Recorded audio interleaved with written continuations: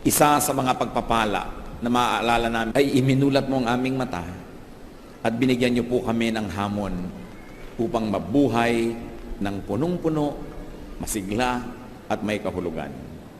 Kayo po ang siyang maging tagapagsalita ngayon, Panginoon. Tungtungan ang inyong paa, ang inyong lingkod, maitaas namin ang iyong pangalan, pinagdiriwang namin ang kabutihan ninyo. Ang mga salita nyo ang nais naming dinggin, kaya mga salita nyo lang nawa ang aming mapagsalusaluhan. Kayo po pa sa langit, aming tagapagligtas, aming Panginoon, aming Diyos, ang maging tagapagsalita ngayon. Basbasan nyo po kami at itaas nyo ang inyong pangalan lamang. Maghari kayo sa aming puso, anuman ang kaguluhan, anuman ang bagay na maring umagaw ng aming pansin sa inyo, isinusuko namin sa iyong paanan. Kayo po ang maghari, magbigay ng kapayapaan. At habang kami naman ay nagtatamasa ng pagpapala mo, nawa Panginoon, ganun din, ilayo mo sa masasamang tao at masasamang espiritu ang aming mga sambahayan, ang mga mahal namin sa buhay na di namin kasama ngayon. Lord, may you speak. Do as you will, lead us, teach us. In the name of Jesus we pray. Amen. 5 steps to life. Hindi lang po 5 ang steps na yan, 5 mahahalagang hakbang upang magkaroon ng isang makabuluhan at malalim na kahulugan ng buhay.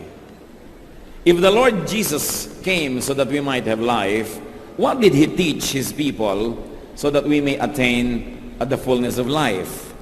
5 steps to life, and one of that, lahat po ito yung mga verbs, alam na natin pero kailangang sariwain, love. Dapat umibig tayo. Dapat magmahal. Hindi pag-ibig, hindi pagmamahal na noun, kundi verb, magmahal, umibig. Dahil, ang tunay lang pong nakapagpapasaya sa tao ay yung minamahal niya. Pag kami nagbigay sa inyo ng isang platong masarap na pagkain at hindi nyo naman mahal yung nagbigay, maaaring magpasalamat kahit matuwa. Pero kung mahal na mahal nyo yung nagbigay, kahit tansan ang lalagyan at ganun kakonti ang nakaya niyang iabot, ay magpapasalamat kayo at nagagala kayo.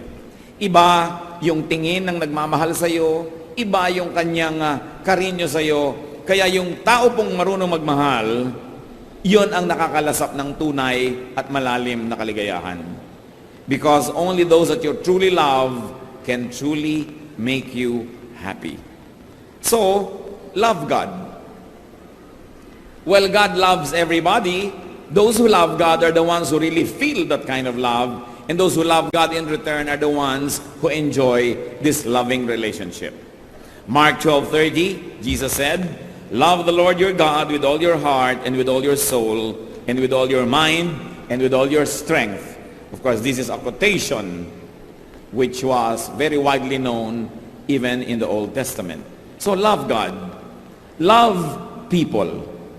Mark 12:31, once more Jesus says, love your neighbor as yourself. Isa po itong hiwaga na parang going to the east by sailing west. That by loving people, by even giving sacrificially to people, that's when we attain the deep forms of happiness, therefore the deeper meaning of living. Those who love attain the highest level of life. No wonder God is described as God of love. Kaya po sinabi sa 1 Corinthians 13, and now these 3 things remain, faith, hope, love, but the greatest of these is love. Yun talaga ang pinakadakila. At kung tayo po hindi marunong magmahal sa ating kapwa, napakalaki ng pinto ang isinara natin, napapasukan sana ng makahulugang buhay, napapasukan sana ng maraming kulay, hugis, musika, ng buhay na punong-puno at makahulugan. Another verb, another step to life, give. Give to God. Mark 12:17, Jesus says, give to God what is God's. Give to people. Romans 12:13, share with God's people who are in need. So ito pong pagbibigay sa Diyos, sa ating kapwa, pinanggagalingan ito at pinagbabalungan ng napakalalim na uri ng kagalakan na yun lamang mga marunong magbigay na taos-puso ang nakababatid. Yung mga ibang hindi mapagbigay sa Diyos, sa kapwa, akala nila nakakalamang sila. Akala nila kawawa yung palabigay dahil laging nagsasakripisyo, laging nawawalan dahil nabibigay sa iba. Ang hindi po nila nababatid, may kaligayahan yon na yun lang talagang tunay na totoong mapagbigay ang nakakadama. So many people miss out on great happiness, on great meaning of life without even knowing it. So give to people you love. 1 Timothy 5:8, if anyone does not provide for his relatives, and especially for his immediate family, he has denied the faith and is worse than an unbeliever. So inaasahan, itinuturo na mamahalin at bibigyan natin ng maaari nating dapat ipagkaloob yung mga mahal natin sa buhay. But then also, we are not limited to that. Give to people you do not love. In fact, probably people you do not even like. Romans 12:20, if your enemy is hungry, feed him. If he is thirsty, give him something to drink. In doing this, you will heap burning coals on his head. Akala nung iba, sa paggawa ng mabuti, doon sa hindi gumagawa ng mabuti sa atin, doon sa mga kumakalaban sa atin, sabi, you will heap burning coals on his head. Na parang nilagyan mo ng baga na nag-aapoy at napakainit ang kanyang tuktok at tuloy nahirapan siya at naparusahan mo. Subalit kung titingnan po natin yung cultural significance ng kasabihang ito, sa Israel po noon ang lahat ng bahay dapat ay may apoy. Hindi dapat namamatay ang apoy dahil kung magluluto ka, wala namang posporo, hindi uso yon. At hindi dapat namamatayan ng apoy maski man lamang ilawan sa gabi sapagkat ayaw nila ng madilim. Ngayon, kung namatay ang apoy at nawala ng apoy ang isang bahay, anong gagawin niya? Kakatok siya sa bahay-bahay, hihingi siya ng uling o kaya ay ng baga na mainit para maiwi niya sa kanila at yun ang pagsimula ng apoy niya na gagawin sa kanilang kalan. Kaya sabi, ang pagbibigay, maging doon sa iyong kaaway, ay parang ganito. You heap burning coals on people's head, not to torture them because you put the coal on a pot. Inilalagay naman niya sa isang palayok o isang sisidlan, kundi binibigyan mo siya muli ng pag-asa. Binibigyan mo sila ng tulong at binibigyan mo siya ng muling kahulugan ng buhay. At kung taglamig, ay binibigyan mo ng init ang kanyang buong tahanan. So hindi ito para manadista, kundi para tunay na maging matulungin. So we give to people that we love and we give to people that we do not love. Yun pong pagkakamal, pag-iingat at pag-iimpok para lang sa sarili at akala niya pag hindi siya nagbibigay at sinasarili niya ang kanyang pera, ang kanyang pagkain, ang kanyang kotse, ang kanyang bahay, akala niya lamang siya noon. Ang hindi niya alam, siya ang nawawalan. Because hoarding and keeping can be uncomfortable. Hoarding can be painful and even unhealthy. Ang katawan nga po natin, kailangang mag-discharge ng mga bodily wastes. Because when you do not discharge and you do not pass it on and let it pass out, what happens? You get poisoned. Kaya sabi sa Luke 12:15, watch out, be on your guard against all kinds of greed. A man's life does not consist in the abundance of his possessions. Hindi nasusukat ang buhay sa dami ng iyong itinago, sa dami ng iyong inimpok, at sa dami ng iyong sinasarili, bagamat may nangangailangan, lalo pa nga't mahal mo sa buhay, at kahit pa nga matatawag na kaaway mo, ay sinasabing huwag pa ring pagdamutan. Hebrews 13:16, do not forget to do good and to share with others, for with such sacrifices, God is pleased.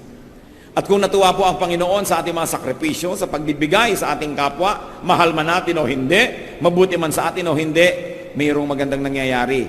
Natutuwa ang Diyos. At kung siya'y natutuwa, siya'y nagbo-blow out. Kung siya'y natutuwa, siya'y nagpapagaling. Siya ay nagbibigay ng mas marami pang pagpapala. Kaya yung mga nagiging makasarili, akala nila sa pagsosolo nila sa kanilang mga tinatangkilik at blessing, ay sila'y nakakalamang na hindi nila alam na nawawalan sila ng buhay dahil nawawala ang kagalakan ng Panginoon para sa kanila. At pagka hindi nagagalak sa iyo ang Panginoon, napakalaking kalugihan ang ganyang kalagayan. Bodily wastes must be taken out. That's why biologically and our biological processes, even moving one's bowels, urinating, perspiring, sometimes even the scandalous burping and the releasing of gases can be such a pleasure. Alam natin na isa sa mga pinakamalalakit, malalalim na kaligayahan ng buhay ay palabasin ang mga dapat lumabas na yan sa ating katawan at napakahirap pagka hindi makalabas ang mga yan na uospital ka pa at kung ano-anong ginagawa sa'yo. So letting go, giving up, giving, make life wonderful. Because when you take, you must give. And we take blessings from the Lord every day, so we must give blessings to others every day. In much greater way, giving rewards the giver. Yun pa lang pong pagbibigay, gantimpala na sa nagbigay, sapagkat kung taos-puso yun, may kagalakan siya. Merong isang uri ng kagalakan na ilang mapagbigay ang nakakadama. So we must discover or rediscover life in giving. Hindi tayo padadala sa turo ng sanlibutan na be wise, think of yourself, be selfish, dahil mawawala yung napakalaking pagpapala na tanging sa pagbibigay lamang natin nalalasap. Kaya ang conclusion sa Acts 20:35, it is more blessed to give than to receive. And this is not only to condition people so that they will continuously sacrificially give, but it is written because it is true. It is more blessed to give than to receive. Pangatlong hakbang po, to have a full life, forgive. Magpatawad. Forgiving is letting go of toxins, of unhealthful and destructive energies. Dahil po, mga kapatid, tao tayo, magkakamali tayo, magkukulang. Ganon din ang lahat ng mga mahal natin sa buhay. Ganon din ang mga pinapahalagahan natin, maging ating kabiyak, anak, magulang, kapatid, pinsan, kaibigan, kapitbahay, kapwa manggagawa. Darating at darating ang panahon, kung hindi pa dumarating, magkukulang yan sa atin. Magkakasala, magkakamali. Sapagkat lahat ng tao ay magkakamali at magkukulang, magiging miserable ang buhay ng lahat, liban na lang matuto tayong magpatawad. You can never ask perfection from people around you. They will be short of your expectation. They will probably commit errors intentionally or unintentionally. So who is a happy person? A happy person is not the one who is never offended by anybody, because there will always be people who will offend us. A happy person is a person who knows how to forgive. Kung gagawin po natin pamantayan para maging masaya, yung walang nakakamali laban sa atin, magiging miserable tayo dahil laging may magkakamali. So sino ang masaya? Yun lang marunong magpatawad. Yung tinatanggap niya na magkakamali at magkakamali, magkukulang at magkukulang ang kapwa. At lalo't nangyari na at tapos na, ano pang gagawin natin? Alam naman, magmukmuk na lang tayo buong buhay, magtanim ka ng sama ng loob habang buhay, at huwag mong kausapin ang dating mahal mo buong buhay. The way to have life is to forgive. The only way to keep on living is to forgive. Because if you're going to be a prisoner of other people's errors against you, you will never be happy. The only way to transcend and to deal with the shortcomings of people around us is by forgiving them. Kung sa pagpapatawad po kayo aasa, hawak nyo sa kamay nyo ang inyong kaligayahan kasi kayo ang magpapatawad. Pero kung iaasa nyo na perfect sila at pag nagkakamali sila, magagalit kayo, magiging malungkot kayo dahil walang perfect. So magpatawad. Colossians 3:13-14, bear with each other and forgive whatever grievance you may have against one another. Forgive as the Lord forgave you. And over all these virtues, put on love, which binds them all together in perfect unity. Kaya talagang tama yung sabi ng isang awit, pag-ibig lang ang susi ng lahat. Kung tayo iibig, magmamahal, kakambal ang pagpapatawad. Kaya pag may ikinakasal po ako, madalas sinasabi ko, huwag lang kayong magsumpaan na magmamahalan. Magsumpaan din kayong magpapatawaran. Dahil baka nga hindi pa natatapos yung wedding ceremony, nagkakainisan na kayo. Pero habang kayo'y nagpapatawad, tuloy ang inyong pagiging mag-asawa. Kahit may nagkakamali, parehong nagkamali, pag nagpapatawad, tuloy. Sino po ang hindi nakakatuloy na relasyon? Yung hindi nagpapatawad. Pero pare-pareho lang na-offend, pare-pareho lang nadedesmaya, pare-pareho lang kung minsan nabibigo. Very important. Pang-apat po na hakbang para magkaroon ng sigla ang ating buhay, verb pa rin, fight. Not with your spouse, not with your parents, not with your brothers and sisters. Fight. Dedicate yourself to a great warfare. Dedicate yourself to wholesome, good, and sacred warfare. In other words, brothers and sisters, be at war with something bad. Go to war for something good. Isa po na naobserbahan ko sa buhay, yung mga taong pag tinanong mo, kumusta po? Eto, tinatamad. Eto, walang sigla. Eto, walang magawa. Itong mga taong to, walang giyera sa buhay. Kaya mahalaga may giyera kayo sa buhay. Even God is at war with evil. So the people of God must be at war. We must be at war with something bad. And we should go to war for something good. So dapat meron po tayong cause. Meron kayong isang adhikain. Meron kayong sinasalihang isang movement o isang bagay na nais baguhin ang mundo, ang buhay, o mga aspeto ng buhay. Like, gusto nyo bang masugpo? Halimbawa, yung pagtitinda ng sigarilyo sa mga kabataan. Gusto nyo bang masugpo ang pagtitinda ng drugs sa kahit kanino man? Isang cause yan. Gusto nyo bang linisin ang lahat ng ilog ng Pilipinas? Linisin ang Laguna de Bae? O kaya linisin ang ilog Pasig? Gusto nyo ba na arugain ang mga taong lansangan? O kaya ay wakasan ang trafficking of children and women? O kaya ay wakasan ang pagkalbo at walang haba sa pagsira sa ating kalikasan? Dapat may giyera kayo sa buhay. Kasi kung wala kayong giyera, araw-araw, nagtataka kayo kung ba't kayo buhay. Dedicate yourself to a cause higher than yourself. Dedicate yourself to a cause higher than your daily existence. Ang buhay niyo po ba ay pumunta na sa level na araw-araw, ang iniisip niyo lang, ano kaya ang maiulam natin ngayong araw na to?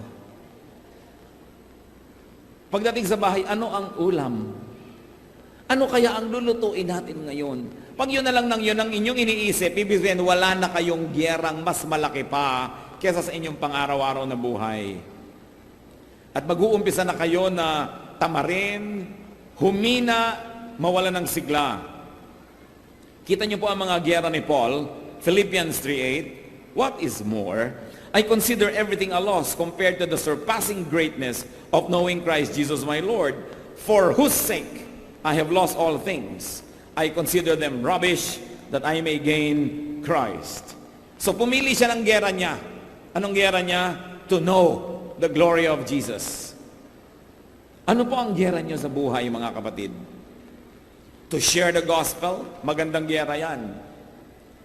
To get ourselves corrected by the Spirit of God more and more, magandang giyera yan. Sapagkat, kung wala kayong malaking adhikain, higit na mas malaki sa ating pang-araw-araw na pamumuhay, higit na mas malaki kaysa ating mga pansariling mga kagustuhan, lahat ng maliliit na bagay, papalakihin ninyo. Ang mga mag-asawang nag-aaway dahil sa mga walang kakwenta-kwentang bagay, because there is no greater cause that binds them, that commands their energies and their dedication. And you know that in the absence of big things, small things become big to small minds.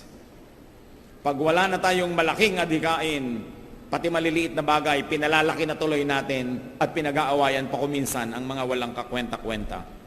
Life is not in being a slave of the insignificant. Hindi tayo dapat maging alipin ng mga walang kwenta, ng mga maliliit na bagay. Life is in keeping small things small. Kaya kailangan natin ng perspective. Kailangan merong malaking cause. Katulad na lang ng mga Kristiyano, ang cause natin, to win the world for Christ.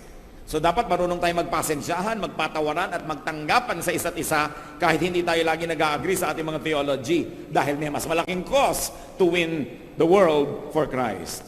But people who forget that big cause get embroiled in tiny, little, insignificant, and sometimes very, very unimportant struggles, sadly, against each other. So, fight. Meron ba kayong giyera sa buhay? Kahit ano yon. Gusto niyo bang i-preserve ang lahat ng mga ancestral houses ng Pilipinas? O gusto niyo ba na ipaglaban ang karapatan ng mga api? O kaya linisin ng pamahalaan? Dapat meron tayong giyera. Hindi pwedeng wala kang pakialam, sapagkat ang pakikisangkot, ang pakikialam, ang siyang nagpapatibay, nagpapasigla ng ating buhay. And finally, another step to life, dream. Mangarap. Desire. Chase your rainbow. Ano po ang ibig sabihin ng buhay na parang wala ng kahulugan? What is a life that may be considered over? That is an unhappy life. That is not worth living anymore. It is a life with all its dreams, aspirations, and desires behind it. Ang buhay na wala ng katuturan ay yung buhay na ang lahat ng pangarap at hikain at minimithi ay tapos na at nasa likwaran na at nalampasan na. Wala ka na ngayong hinaharap. Hindi tayo dapat nauubusan ng hinahabol ng mga paru-paro, hinahabol ng mga pangarap, maski pa man tayo ay may edad na. Ano naman ang iintayin ninyo kung may edad na kayo, nakainin na lang tayo ng lupa? Habang nabubuhay pa tayo, meron pa tayo dapat mga pangarap, meron pa tayong mga gustong gawin, at meron pa tayong gustong ma-accomplish. Then and only then will life have meaning. Kaya marami po kuminsan sa mga taong may edad na, hindi pa dapat magkasakit, nagkakasakit. Hindi pa dapat humihina. Hindi pa dapat lumulungkot. At hindi pa dapat namamatay na tuloy dahil wala ng pangarap. Dream on, achieve. Hindi mo sasabihin, tapos na ako sa lahat, nagawa ko na lahat, tapos na ako lahat, pero buhay ka pa, alam ka naman nagkakamali ang Diyos. Meron ka pang katuturan at meron pang dapat gawin. Philippians 3:13-14, one thing I do, forgetting what is behind and straining toward what is ahead, I press on toward the goal. At nung sinabi naman ito ni Paul ay hindi na siya bata. Napakarami nang nagawa sa buhay at pwede na magpahinga. Pero sabi niya, one thing I do, nililimot ko na yan, tapos na. Hindi na ako nagdadramang bukid sa nangyari. Hindi ko na itinatanim pa yung mga sama ng loob na yan. Hindi ko na inuungkat-ungkat pa sa mahal ko sa buhay yung pagkakasala niya sa akin noong 1972. Hindi ko na pinanghihinayangan pa na hindi ako naging ganito, hindi ako naging ganon, hindi ako pinanganak na mayaman. Tapos na ang tapos. Pati ang mga kasalanan ko na natapos na, tapos na. Ang mahalaga sa akin, patuloy pa to run the race. Because at the end of the race is the Lord Jesus waiting for His people. So, run your race. Habang humihinga pa tayo, may katuturan pa at may misyon. At kung wala na kayong maisip noon, mag-isip kayo sapagkat meron. Otherwise, it's probably a mistake of heaven that you are still alive. The Lord Jesus taught and modeled the ways to happiness. And among them, we mentioned 5. Love, give, forgive, fight, dream on, and be happy. Ecclesiastes 3:12. Solomon, the wise man, said, I know that there is nothing better for men than to be happy and to do good while they live. So let's continue to do good, but let's also continue to be happy. Do not let even religion deprive you of happiness. Do not be deceived into thinking that religiosity is only a matter of sacrifice, that is only a matter of not having a life. Because Jesus said, I came that they might have life and have it to the full. Panginoon, salamat sa inyo pong mga paalala sa amin. Salamat po sapagkat kayo ay mapagmahal, maalalahanin, at nais ko kami magkaroon ng buhay na matatag, masaya, at kung hindi man laging maginhawa, buhay na may katuturan, buhay na may misyon. Sa pagyuko namin sa iyong presensya, O Diyos, Suriin mo po ang aming puso. Nais din naming makisuri.